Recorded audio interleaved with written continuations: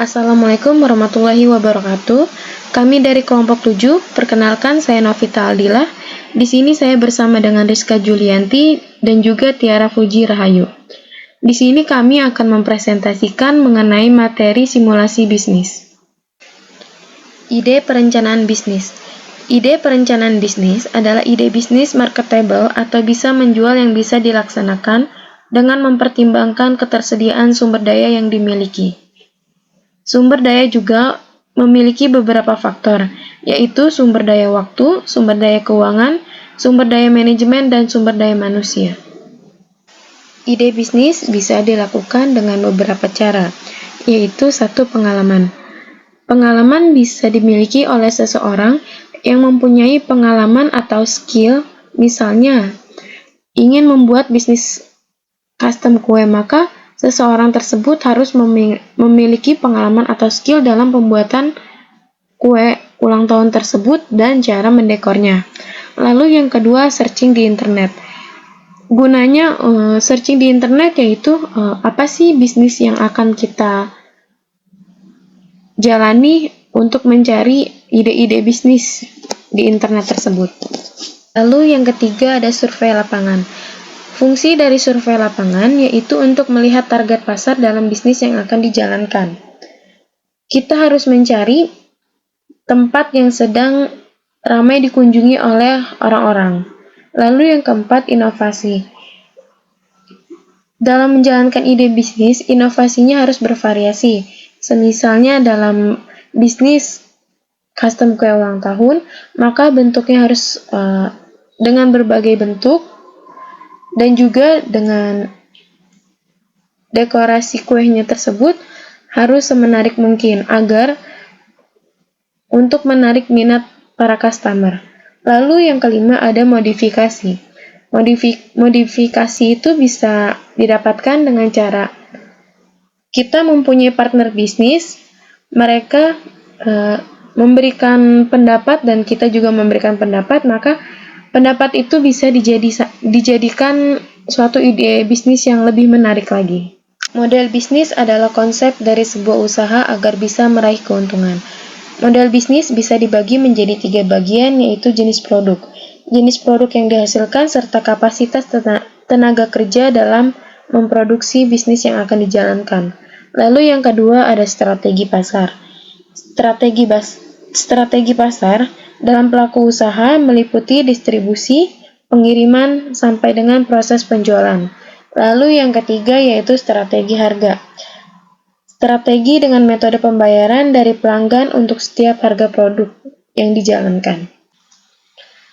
Manfaat model bisnis adalah sebagai berikut.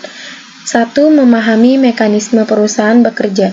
Artinya, bagaimana memahami kegiatan operasional perusahaan harus dilihat mekanisme penjualannya, mekanisme produksi, mekanisme pengelola keuangan, supaya kita tahu alur sebuah perusahaan tersebut.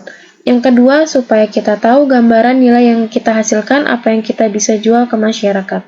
Lalu yang ketiga, supaya kita tahu perusahaan tahu penghasilan atau revenue-nya. Lalu komponen model bisnis. Yang pertama ada key activities, atau kegiatan yang memerlukan untuk menjalankan model bisnis perusahaan. Yang kedua, key research, yaitu sumber daya yang diperlukan untuk menciptakan nilai bagi pelanggan. Yang ketiga, key partners. Key partners adalah aliansi bisnis yang melengkapi aspek-aspek lain dari model bisnis. Yang keempat, value proposition, yaitu nilai yang bisa kita tawarkan kepada customer. Dan yang kelima yaitu customer segment, pemilihan pelanggan atau pangsa pasar. Yang keenam, channels, sarana yang digunakan untuk berhubungan dengan pihak lain. Yang ketujuh, customer relationship. Yang kedelapan ada cost struktur atau struktur biaya penggunaan dana. Yang kesembilan, revenue stream, yaitu cara perusahaan menghabiskan pendapatan. Ada 2 karakteristik cost struktur. Yang pertama, fixed cost, yaitu biaya yang tetap yang tidak dipengaruhi oleh volume produksi. Lalu yang kedua, variable cost, yaitu biaya yang berubah-ubah sesuai dengan volume produksi. Strategi cost bisa menggunakan dua metode, yaitu economy of scale dan economies of scope. Yang pertama, economy of scale, adalah keuntungan biaya yang bisa didapat seiring dengan pertambahan volume produksi. Dengan bertambahnya volume produksi, maka cost per unit menjadi turun. Lalu yang kedua, economy of scope, adalah keuntungan biaya yang bisa didapatkan seiring dengan bertambahnya skop operasi atau jenis produk. Dengan bertambahnya skop operasi atau jenis produk, dengan sharing research, maka cost per unit menjadi turun. Ada 3 analisis situasi dan kondisi pasar, yaitu 1. SWOT analisis merupakan metode perencanaan strategi yang digunakan untuk mengevaluasi kekuatan atau strength, kelemahan atau weaknesses, peluang atau opportunities, dan ancaman atau threats dalam suatu proyek bisnis atau perusahaan atau suatu spekulasi bisnis. Yang kedua, Porter's Force Analysis adalah metode yang digunakan untuk mengetahui ancaman faktor eksternal terhadap perusahaan. Yang ketiga, Pastel Analysis. Selanjutnya, ada beberapa faktor yang akan mempengaruhi ancaman, yaitu loyalitas pelanggan, yang kedua, diferensiasi produk, yang ketiga, biaya investasi, yang keempat, kebijakan pemerintah. Lalu selanjutnya ada bargaining power of buyer. Ada daya tawar dari pembeli akan berpengaruh terhadap suatu perusahaan apabila yang pertama, kelompok pembeli terpusat atau sedikit. Yang kedua, produk yang dibeli dengan jumlah yang cukup besar. Yang ketiga, produk yang dibeli adalah produk standar atau tidak terdiferensiasi. Yang keempat, pembeli mempunyai informasi lengkap mengenai suatu produk. Selanjutnya ada bargaining for supplier, adalah pemasok dapat menggunakan kekuatan tawar-menawar terhadap pembeli dalam industri dengan cara menaikkan harga atau menurunkan kualitas produk atau jasa yang dibeli. Di antaranya yang pertama, pemasok didominasi oleh sedikit perusahaan. Yang kedua, tidak ada produk pengganti. Yang ketiga, industri bukan satu-satunya tempat pemasok menjual produknya. Yang keempat, kelompok pemasok melakukan integrasi maju pada suatu industri. Yang kelima, switching cost yang dibutuhkan untuk beralih ke produk pemasok tidak besar. Selanjutnya ada Pastel Analysis, faktor-faktor eksternal yang memengaruhi suatu industri meliputi komponen utama. Yang pertama, political factor. Politika faktor atau faktor politik adalah faktor yang dibawa oleh pemerintah atau politik. Ini adalah kekuatan politik eksternal yang mempengaruhi organisasi, termaksud kebijakan pemerintah, kepemimpinan pemerintah, perdagangan luar negeri, dan hubungan luar negeri. Isu dan tren politik, kebijakan pajak, peraturan, dan tren deregulasi. Contohnya adalah masuknya modal dari rencana perlindungan gaji, perubahan tarif impor dari Tiongkok, serta perang dan konflik akibat invasi Rusia ke Ukraina. Yang kedua, economic condition. Faktor ekonomi melihat kekuatan eksternal yang dapat bertambah pada perekonomian tempat organisasi beroperasi. Contohnya termaksud kenaikan tingkat inflasi, perubahan dan pergeseran belanja konsumen, perubahan rantai pasokan, kurva permintaan, dan kesehatan ekonomi global. Yang ketiga, socio-cultural forces atau faktor sosiologis, mempertimbangkan perubahan dalam lingkungan sosial yang lebih luas, seperti gerakan keadilan sosial atau tren sosial lainnya, seperti perubahan opini terhadap produk atau pergeseran populasi dan demografi.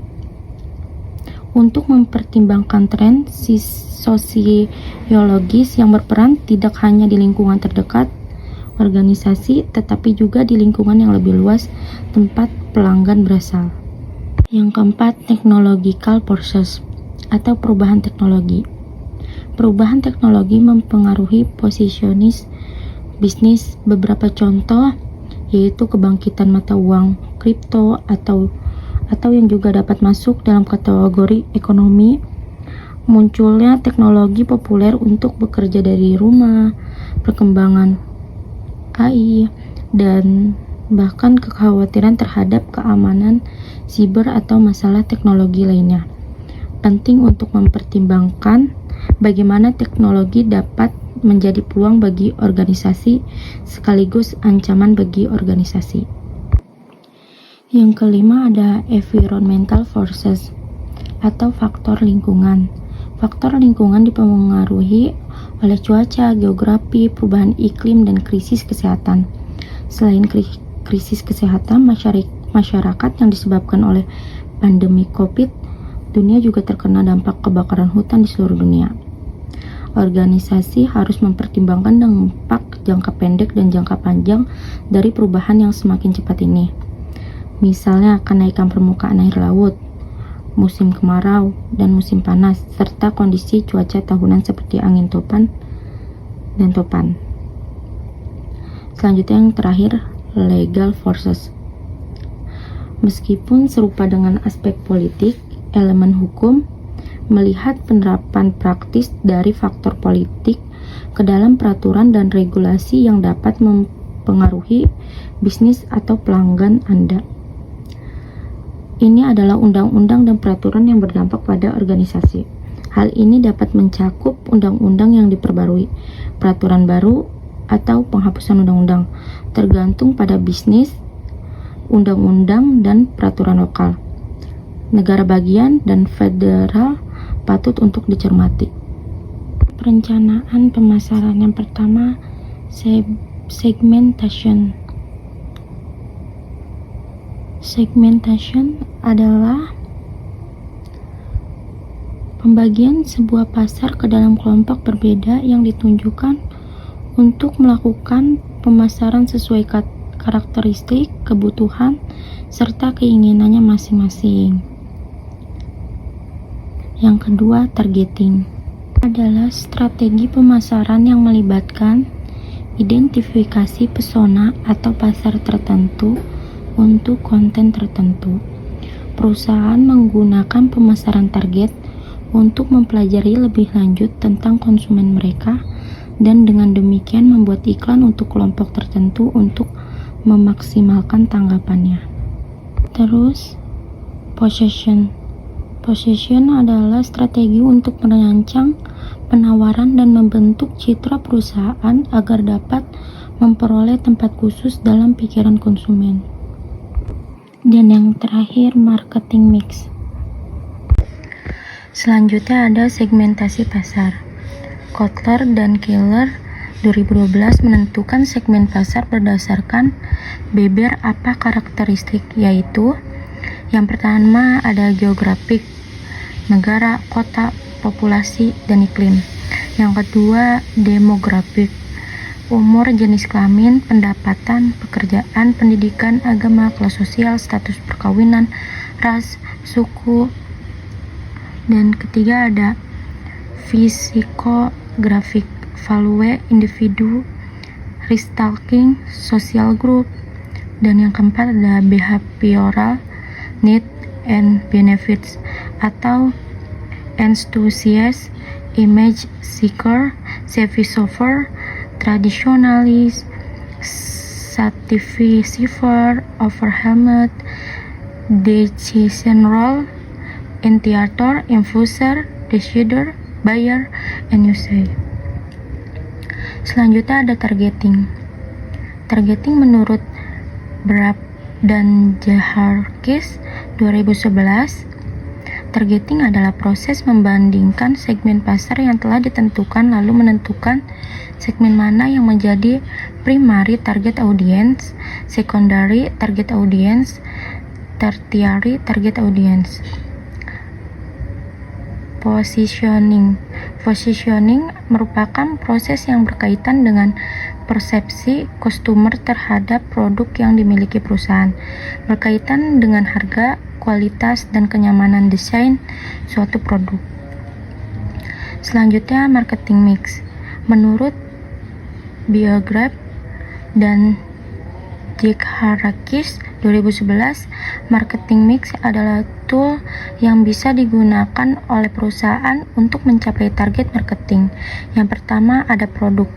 Produk dalam strategi produk perlu untuk mengidentifikasi CVP atau disebut Customer Value Proposition, yaitu perbedaan di antara total manfaat yang didapatkan customer dengan total cost yang dikeluarkan untuk suatu produk atau jasa. Selanjutnya ada freeze. Freeze skimming atau market share sudah ditentukan menetapkan harga yang tinggi, margin keuntungan tinggi. Ada freeze veneration atau marketing share tinggi, harga rendah, margin keuntungan rendah. Lalu ada freeze discrimination, harga yang berbeda-beda, segmen yang berbeda. Yang ketiga ada flash. Strategi distribusi dibagi menjadi 3, yaitu ada intensive, pendistribusian barang yang dilakukan secara agresif ke banyak channel, selektif pendistribusi barang yang dilakukan secara selektif terhadap channel. Yang kedua ada eksklusif atau pendistribusi barang yang dilakukan secara sangat selektif. Selanjutnya ada product life cycle. Yang pertama ada introduction. Pada fase ini penjualan berkembang lambat dikarenakan produk baru diperkenalkan ke pasar. Profit juga belum didapatkan dikarenakan pengeluaran yang besar untuk investasi awal produk. Yang kedua ada growth.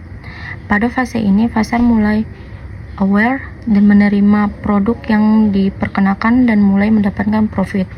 Yang ketiga ada maturity. Pada fase ini, perkembangan penjualan produk lambat, dikarenakan sudah mulai mendapatkan seluruh potensial customer. Profit yang didapatkan stabil atau menurun dikarenakan meningkatnya kompetisi persaingan. Sekian presentasi dari kelompok 7. Kurang lebihnya mohon maaf. Wassalamualaikum warahmatullahi wabarakatuh.